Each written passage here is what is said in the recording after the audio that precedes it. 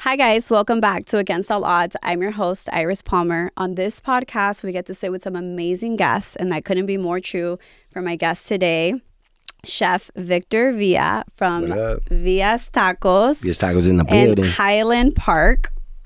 Thank you so much for being here. I'm sure everybody knows you right now, especially after your cameo in the Bad Bunny halftime show. It was great. It was a great time, honestly. I'm excited to be here.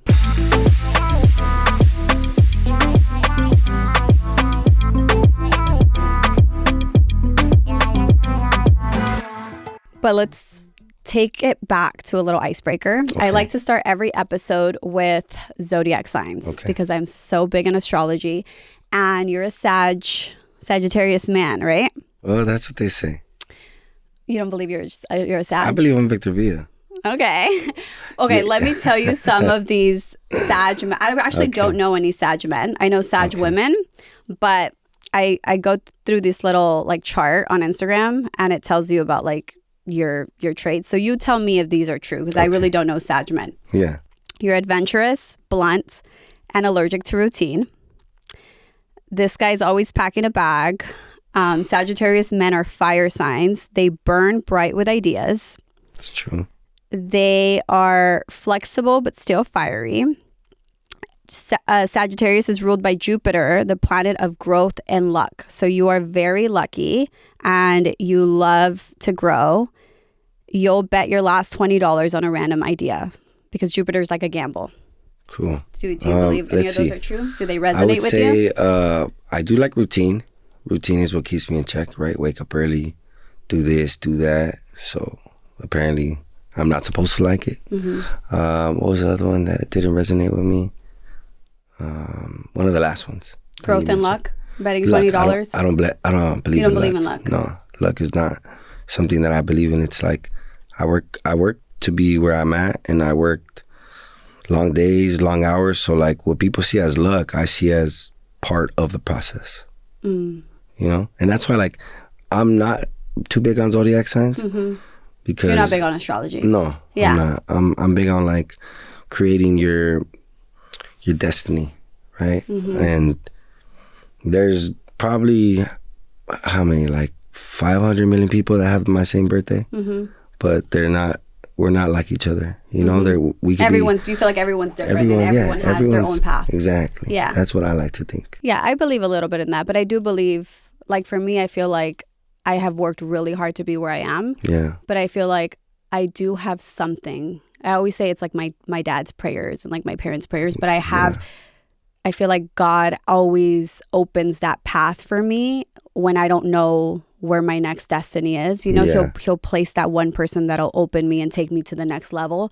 Because as you know, success is like, you have moments of success, but like to continue your success, you have to keep working. You have to keep like raising the bar, you know? Yeah. I'm you see, that's what I am. I'm not like big astrology guy. Mm-hmm. I'm big on God. I'm big on like, you know, letting him like lead my steps and just putting my faith and my trust in my Lord and Savior Jesus Christ. Mm-hmm. And that's what I choose to like believe in more than like anything else. Mm-hmm. So but yeah, that's what I get it. Okay. You know? So let's get into your story a little bit. So you started these tacos. Yeah, I wish you would have brought me some tacos, first of all. I forgot. I forgot them in the car. I tried to get them on Uber Eats. Yeah. I'm like so deep away from Highland Park, so there was but are they even on? No, we don't do Uber Eats, Postmates, DoorDash.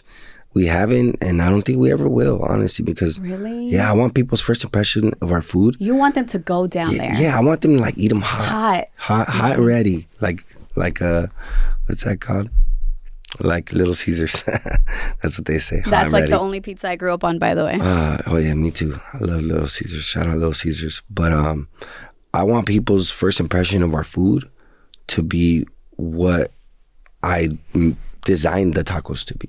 Right? Mm-hmm. They're supposed to be enjoyed, fresh. It's like anything, honestly, anything real good.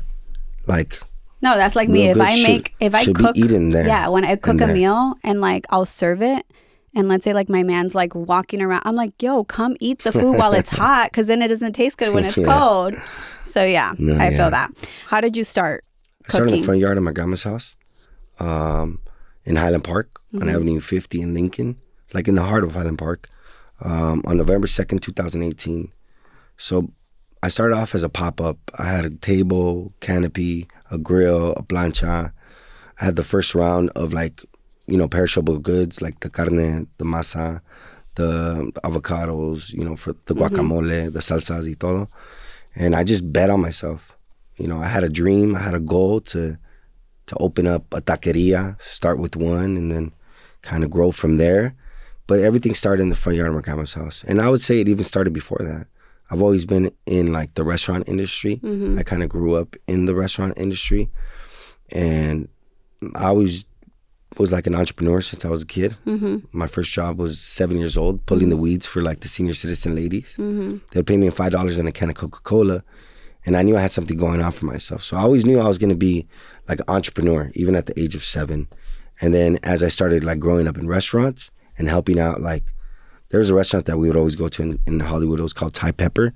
And I would always help the Thai lady, like bus tables, refill tables, take orders. And that's when I fell in love with hospitality. And it's like in your blood. Yeah. So I always knew it was going to be part of the plan. So as I started like growing in like different restaurants, I just kind of put the game plan together. And on November 2nd, 2018 is when I actually put all the pieces of the puzzle together. And I went out there, I took the leap of faith, and I sold my first taco. So your grandma had a lot to do with your cooking, right? Yeah. Your inspiration of food and cooking. Did she cook all the time? All the time. So I grew up with my grandma in Atwater Village on 3100 block of Perlita. And then my other grandma was in Highland Park. So, and then my parents, they lived in the valley, but I never liked going to the valley. So I always stayed in my grandma's house in Atwater Village with my grandma and my grandpa in Pascance. And my grandma, she would always just make amazing food. She's honestly the best chef that I know. And without like formal training, like her mom taught her recipes in Michoacan. Old school. Just, know, there's something so special. There's something so special about grandmas. I grew up with no grandparents because both of my parents have very similar stories. They lost their parents before the age of 5. So I didn't grow up with grandparents, but like my kids now, they have both grandmas. They have beautiful. My mom comes every week. She'll make plátanos, frijoles, and my kids are like, they're learning the culture through my parents. So like when they come, they'll be like, we're Salvadorian. I want pupusas. I want plátano. So I know it's something so special about grandmas. So I love that your story starts with your grandma's cooking, because there's something so homey about that. You see my grandma, I call her my Chula. She's still alive, thank God. My other grandma, she passed away in Pascance. But my grandma, Guadalupe Rivera Celis, she's always been like another mom to me. I have my mom and I love her so much, and my grandma is her mom and I love her so much too. I call her every day. For me, it's like that's what success means to me. It's like having the people around you, surrounding yourself with the people you love, and like they love you as much as you love them. Like that's true success. Everything else is just a positive. But my grandma's always played a big role in my life because I feel like along with my parents, she helped mold me into who I am by being kind and being loving and just appreciative of everything. Like I was appreciative of her making me breakfast burritos every morning when I would go to school. I was appreciative of just the love, the tender care that she would just give me. And when I was a kid, I would always ask her, and this is where she comes in and plays a role in the identity of Villa's Tacos. Like I would tell her, Chula, ¿por qué la comida sale tan rica? ¿Por qué sabe tan bueno? She's like, oh, mijo, es porque le puse mucho amor. I knew you were going to say that. So then I was like, oh, man. So I've always known that as her secret. So whenever we started Villa's Tacos, it was like everything was going to be made with lots of love. Todo con amor. Todo con amor. Todo hecho con mucho amor. Our main ingredient is love. But we have like a sign on the wall. It says we only use the highest quality ingredients. We like doing things the right way, the only way, the Villa's Tacos way. And 3, everything's made con mucho amor. It's are you sourcing all the ingredients and everything from here, or are you sourcing them somewhere else? Oh yeah, no, for the most part, all local ingredients. I know you graduated with a business degree from CSUN. Good for you. Go Matadors. Yeah. I dropped out of college, but figured out my way. But what were your plans after you graduated? I think like most students, we kind of don't really know. But I just figured, all right, I'm gonna keep on doing this. I was throwing parties too, so I've always been what kind like, of parties? The Reggaeton parties? Like underground parties. Okay. Yeah, kind of legit, but not really legit parties. Okay, making money, hustling. Yeah, we rented out a space. We hired security guards. Like a warehouse. I used to go to those parties. So you probably go to one of my parties then. So I was doing that, but I always knew like that wasn't something that I wanted to do long term because I couldn't pass it down to my children. You know, I already had a daughter at the time, and so I figured let me just keep on working in restaurants. And then I worked from a good restaurant, and then I went to a great restaurant, and then I realized like I don't belong here.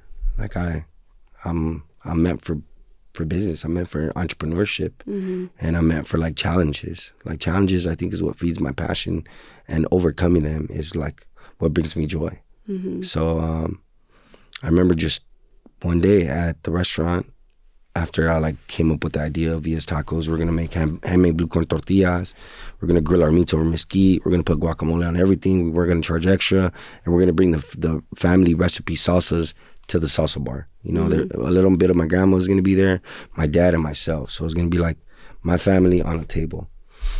And then one day I remember I was at the restaurant and I was like, you know, enough's enough. And I told my my GM at the time, like, hey, you know, I'm ready. Like I'm ready to just go all out, because I figured, you know, I could probably do it half-assed, you know, the whole like pop-up thing while still working side by side. But I'm like, nah, I'd rather just focus 100%. Yeah. Even though I wasn't ready for it. Like I didn't have nothing saved. I didn't have a backing. Yeah. But I had ganas. I had, you know, the will to like just you were determined. You're like, I'm gonna figure this out.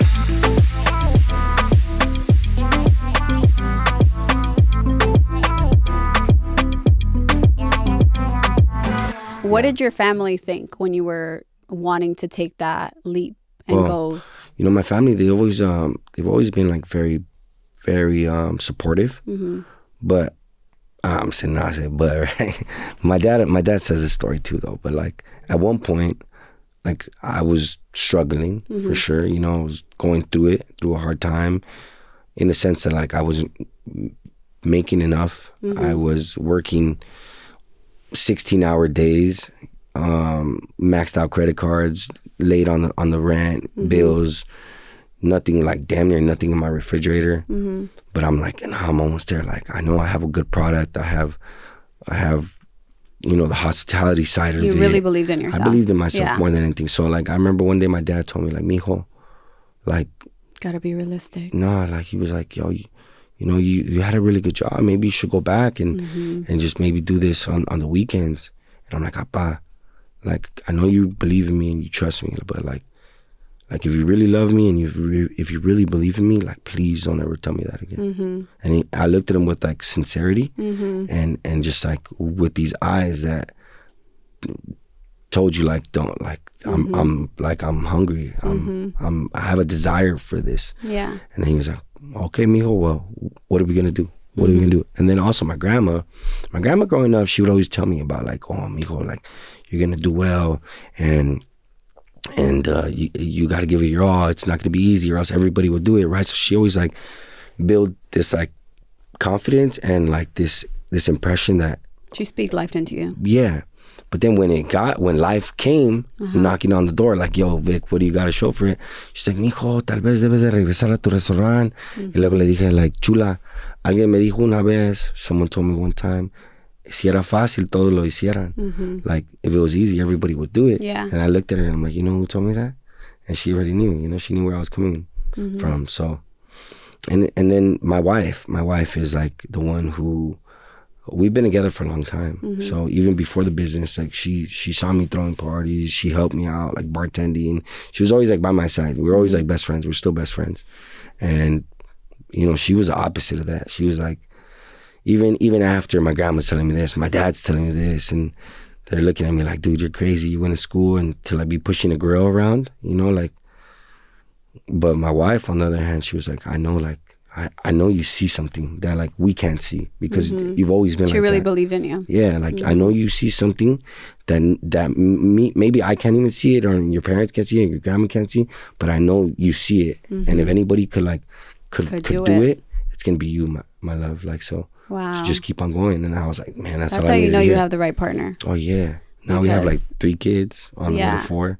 Yeah. I feel like for men, like for a woman to speak like life into you is like just gives you that extra push. Like, she believes in me. I gotta do this. You know what I mean? Definitely. For me, it was like a little opposite. Like when I was starting my business, my lash business, that was my first business. Mm-hmm.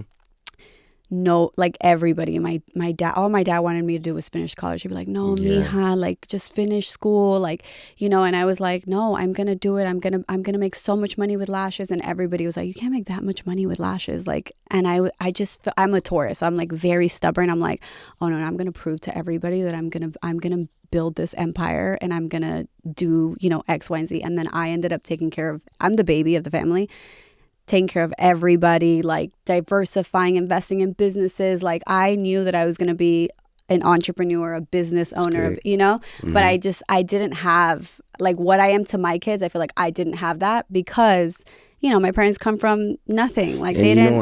I think that's the, there's like a cognitive bias there, right? There's like I guess for our parents or grandparents who have like this image of how to become successful and what success means in their eyes, you have to go to school. Yeah. Right. So it's like, honestly, I didn't go to college to like, I was already an entrepreneur before going to school. Mm-hmm. But I mean, it did sharpen up my skills and all that. Only like a couple classes did, honestly, like that helped, you know, bring me to that next level of like thinking. But my daughter, she's 8. And I've already been teaching her about like entrepreneurship since she was like 5. Me too. My daughter's 8 too. So, my daughter's a hustler. She's like me. Mine's too. I was in elementary. Like your stories were like very similar. I was in elementary, and I would tell my dad to take me to Smart and Final, and I would get the pack of hot Cheetos. They were 25 cents, and I would go to school and tell him for $1. I'd be like, you want hot Cheetos? Like, so I've always been like, it's just in my blood, and she's very much like that. Like she goes, her life is very different from mine, but she goes to a private school, and she makes these like little bracelets out of rubber band. She's like, you think I should sell these at school? And I'm like, you're at the right school. Go sell all of those bracelets there. Yeah. But yeah, she already has it in her, but it's so important for me to like empower her, believe in her, teach her about financial literacy, teach her about taxes, all the things that like I had to figure out, you know. Definitely. I thought to open a business, you just needed money. So once I saved $100,000, I was like, oh, I'm good. Like, I'm going to go open this business. And I opened it. I didn't get permits for the sign. I just was so ignorant in a lot of aspects of business that I just put the business up. And then I got hit with a lawsuit. Then I got hit with like, hey, the people were like, hey, you need a permit for this sign. I'm like, oh, I do? Like, you know, I just didn't know. I would Google everything. Like, so for me, I did life very backwards, but I'm also a person that believes like you learn the best just by being thrown in experience and like, you know. And so I've always had that mindset, like, I'm gonna figure it out. Like, it's okay. Like, I'm gonna figure it out, you know. And I think a lot of people sometimes are scared to figure it out. They're scared to like, so that holds them back, you know. But when you have that in you, like that grit, that determined, like, it's cool. Like, you don't believe in me, it's cool. I'm gonna do it. Yeah. That's where you get to where we are, you know? Well, definitely. I think so too. Like, and that's what our parents and grandparents, they don't really know. They think like, oh, there's only one way of doing stuff. Mm-hmm. But it's like, nah, you can't see it like that. You have to open your eyes. Yeah. You have to open your eyes, and you have to like surround yourself with people you want to be like. And if you don't know anybody like that, then like go on YouTube and listen to like Napoleon Hill, Andrew Carnegie, Henry Ford, you know, Jim Rohn, Tony Robbins. Yeah. Like, all those guys, they put their life teachings online on a platform for free most of the time. So it's like, that's who I want to learn from. Yeah. You know, and that's why like college, usually there's no one there that has really accomplished too much. Mm-hmm. You know, they're just teaching you what they read. Mm-hmm. It's like, I'd rather, you know, go out in the field while learning, like instead on the drive over here, you know, listening to something that's going to help excel in a certain area or help that's you, what like, I do. I'm driving, I'm listening to podcasts, I'm listening to people that motivate me, that I feel like I want to be where they are, you know. During the pandemic, a lot of businesses went down. One of mine went down, the lash business, because it wasn't an essential business, so the beauty space completely shut down for months. Okay. Oh, wow. But I had already invested in a medical spa, and it was considered medical, so that stayed open, and that kept me afloat. So I was paying for all of my bills and my other businesses with that. Yours survived the pandemic. Oh, yeah. And We thrived. Okay, so that's what I was. So what was that time like for you? So, all right, like innovation is always important, right? Mm-hmm. Thinking outside the box is important. So what we did is, like, during the time when the pandemic came, and we were on the street like selling, we're past that point where like the refrigerator was empty. Like we were actually like, getting ready to strap on the jetpack and just take off. Yeah. And then that's when the pandemic came and everything closed. So I was like, damn. So I closed for like a month, 2 months, and I went back to the drawing board. And I was like, okay, I can't open in the front of my grandma's house anymore because it's like social distancing or whatever. Can't go on the street. Everything's closed and everybody's like scared of everything. And that was a weird time, honestly. Mm-hmm. Time I don't really like to think of because whatever. But then I realized, I'm like, yo, let's go to the backyard of my grandma's house. And no one's even gonna come like put an order in. We're gonna, have masks on and gloves on, and we're gonna do pre-order pickups on Tuesday at noon for Friday, Saturday, and Sunday.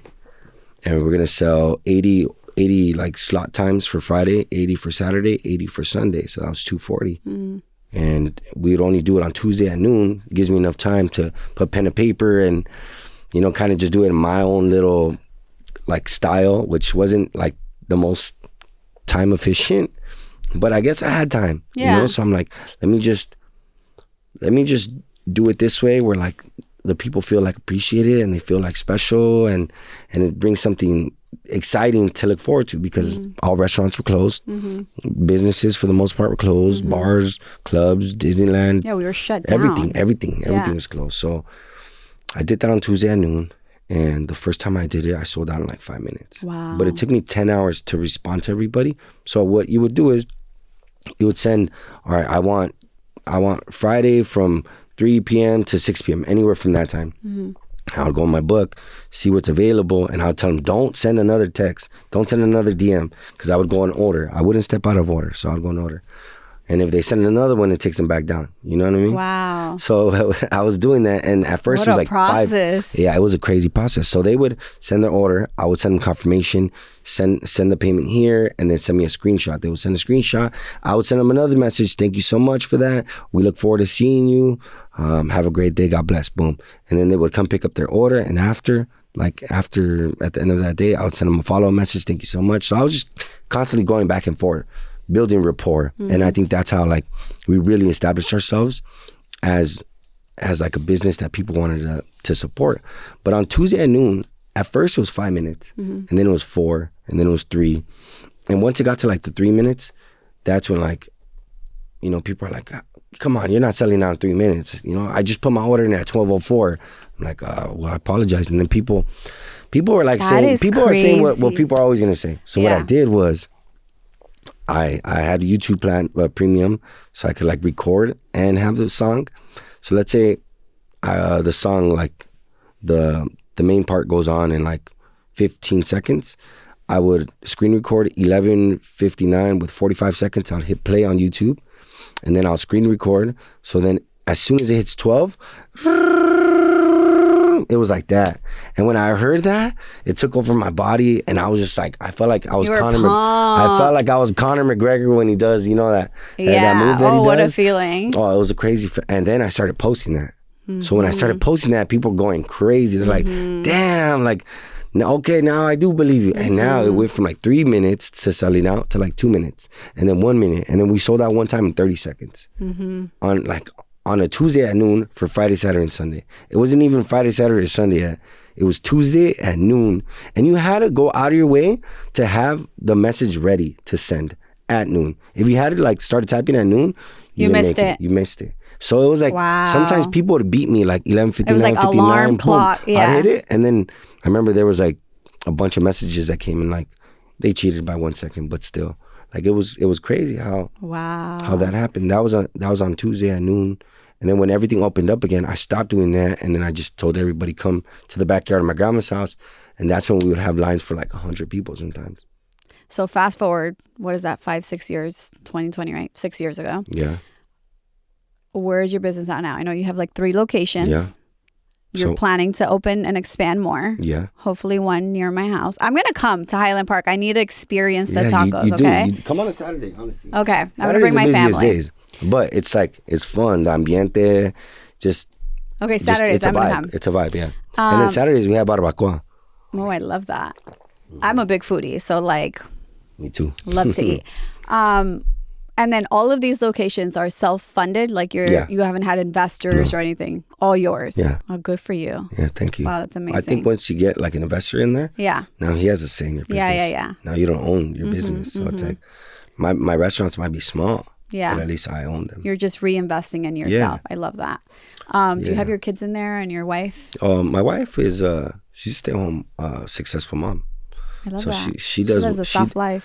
No, she does what I can't do, and I do what she can't. No, it's important. You guys are a team. No, but I mean, if you were to give me her job for one day, I'll go crazy. If I were to give her my job for one day, she would go crazy too. So it's like, we're successful in our own fields. Yeah, I love that.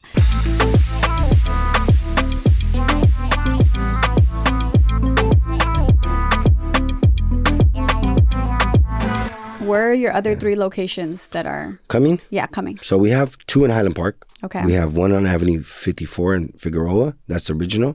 Then 7 blocks down from that one, we have Villa's Tacos number 3, which is our seafood-focused menu. We have like shrimp, fish, octopus tacos. I love seafood. Oh, man, those tacos are great. Maybe I need to go to that location. Those tacos are really good. So you have different menus at different locations? Well, it's because they're 7 blocks away from each other. Oh, okay. And it's in Highland Park. Highland Park is the community, the neighborhood that seen us grow, helped us grow, supported us grow. So I was like, if I'm going to do something special in anywhere, like before I do over here, over there, I'm going to do a special menu in Highland Park. Like our ode to Highland Park. Something only found in Highland Park. I don't plan on doing that menu anywhere else. Okay. So it's only found 7 blocks away. Yeah, so you got to come down to Highland Park. Yeah, come down to Highland Park. You'll get the full experience. You could do like a taco tour in Highland Park. Okay. Of Villa's Tacos. And then the second location is at the Grand Central Market. So that menu consists of the same menu at Villa's Tacos number 1, the original menu. We have 3 more coming. We have one in Hollywood. We have another one in South Pasadena. And then we have the 3rd one coming in Atwater Village. And that one's special to me. Well, they're all special to me, but this one, maybe it's the most special to me. This is going to be the most special? Out of the new ones, because it's down the street from where I grew up. So I went to Atwater Elementary, I went to Irving Middle School, I went to Marshall High School. And where we're opening up, I remember being in Atwater Elementary for the tree lighting ceremony on Glendale Boulevard, and we were singing in the parking lot of my restaurant. And now it's like the parking lot of my restaurant, but at the time it was the parking lot of the bank. So it's like a full circle moment, and that one's gonna be like my homecoming. Wow, right? Good for you. You must feel so proud. Oh, I'm proud, proud. So with everything going on in the world, I don't want to get too much into politics, but have you, obviously we can't ignore what's happening with our Latino community and the anti-immigrant it's horrible attitude. Don't you feel like you just like for me personally, I'm like, oh, I just have to go harder. Like, cause I feel like our voices or like, what they're doing to like these street vendors and like, it pisses me off. It's like you got like hardworking people, right? And they contribute to this economy, right? Like they contribute towards the GDP of the growth of America, taxes, and they're not criminals, dude. They're like street vendors doing this, doing that, and they're just getting treated like worse than like animals. Do you work with any organizations or? I don't. I haven't like. Well, I feel like your business in itself is contributing to our Latino community and really giving back to our people. And you're an inspiration. And I think for us, like, the place that we are now, like for both of us being successful Latinos, it's so inspiring for our community right now to hear us, to speak about it, Definitely.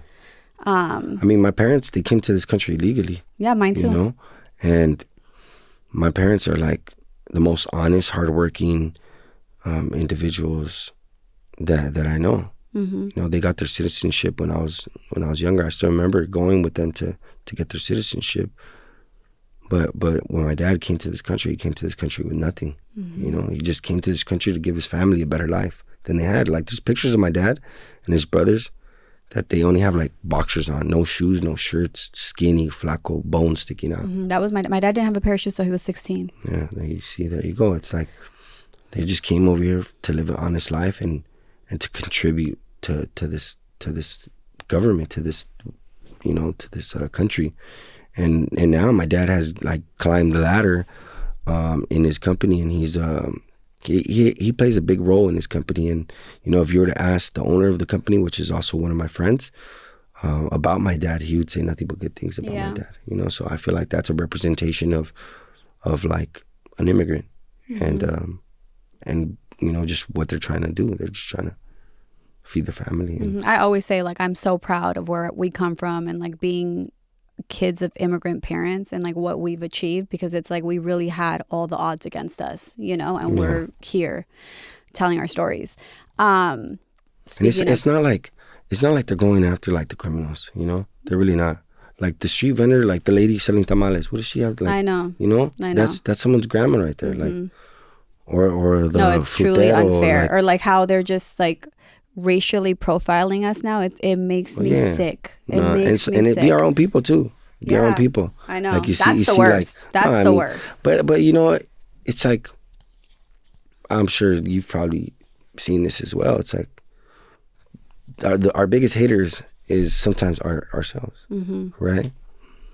Like in our communities, you got just like people hating on us. And it's like, what am I doing, bro? Like, I'm just trying to help out my community, by being an example, by like financially helping out my community, which I do. Like, I support all the local schools and all this. And like, why are you coming after me, bro? Like, I'm actually like trying to help my community, trying to help, us. And, I do this, I do that. I don't have to say what I do. Sometimes like change makes people uncomfortable. So sometimes it's he thinks he's big time now. It's because también. Like, it's but it shouldn't be like that. We should be like, like when I was in a like position where, like I said, I was broken, poor, like empty refrigerators. I was cheering for those that I want to see win, even though I wasn't winning at the time. Yeah. And it's just like, I'm still the same way. Like, I even cheer for my competition, and I see them succeed, and just I think that's how it should be. I think there's too much like envidia going on. There's a lot of hate, and I just try to focus on the love. And I try to just delete those comments and just like, man, get out of here, bro. Yeah, do something else. Oh, I'm big on the block. I'm like, I don't want that negative energy. Block. Like, I don't need it. Like, keep it. Yeah. Okay, let's talk about your recent big moment. I'm sure everybody's talking about it. Oh yeah. The Bad Bunny halftime. That was big. Yeah. How was that experience with Benito and you being at the Super Bowl? It's like, it's so huge. It was honestly, like, aside from my family stuff, like, it was probably the biggest moment of my career, the biggest moment of my business. Like let's say this: we're used to climbing mountains, right? We do cool things. We won Best Tacos in LA 3 years out of 4. We've been on the Michelin Guide, and then we were awarded Bib Gourmand 2023, 2024, 2025, and all those is like its own mountain, right? We've done this, we've done that, and moments that like bring you like achieve, like you feel like you achieved something. So we've climbed different mountains and high mountains, but I think that mountain that we just climbed on February 8th with like the halftime show with Benito, that was like climbing Mount Everest. That's how I'd put it. And what it was like the energy like there? Oh, it was crazy. Like, I have some videos online that like, I was looking around, I'm just like, damn, like, this is really happening. You're like, damn, I'm here. Yeah, no, for real. And at that moment, I was like, damn, even a couple of days before, like, I started getting the butterflies. I'm like, damn, this is really going to happen. Like that nervous excitement. Like, oh. Yeah, because, I think my moment was even bigger than just, like, that, because of what it represented and like, how my business was at the forefront of it. Like, I was one of the few, or maybe even the only ones, besides like, I think the lady who sells like a bar in New York, I think maybe her logo was right there. I could be wrong. You were one of the first. Yeah, I'm not, and the only, like, the NFL paid me for my logo to be on my my taco cart. And then they had the other one like that says con tacos todos posible Via Taco Los Angeles, and like that's you could so see big. that. Yeah, congratulations, that's so big. Thanks. I mean, that alone just like made it even bigger. Yeah. You know, a lot of people know me as like, oh, Via's Tacos, oh, Victor Villa with Via's Tacos, right? So like, let's say even my logo wouldn't have been there, you would have had like a good amount of people like, oh my gosh, I saw your logo, man. I saw your business. No, like let's say the logo wasn't on there. Uh-huh. And it was just a taco cart. I was representing taqueros. But like, when you put Via's Tacos on there, that's your brand. that just took it like, now I'm like a world known. You're taqueria. The most famous taquero. Yeah, well, yeah, I'm the most, you could say that. That's what I was thinking about like a couple of days before. I'm like, damn, it's going to put me like the taqueria like Hall of Fame, you know? It did. Like, You're that guy. Thanks. Yeah, no, it was great. It was a big moment. It was special, and I felt like I was really representing my family, you know, my brand, my city. I was representing all taqueros, not only of like, you know, the U.S., but of Mexico and beyond. All the taqueros of the world, all the hospitality industry, the restaurant industry as a whole. Like, it was a huge moment, and you know, I thank Benito and his team for having me, and you know, Benito's a good guy. Yeah, shout out to Benito.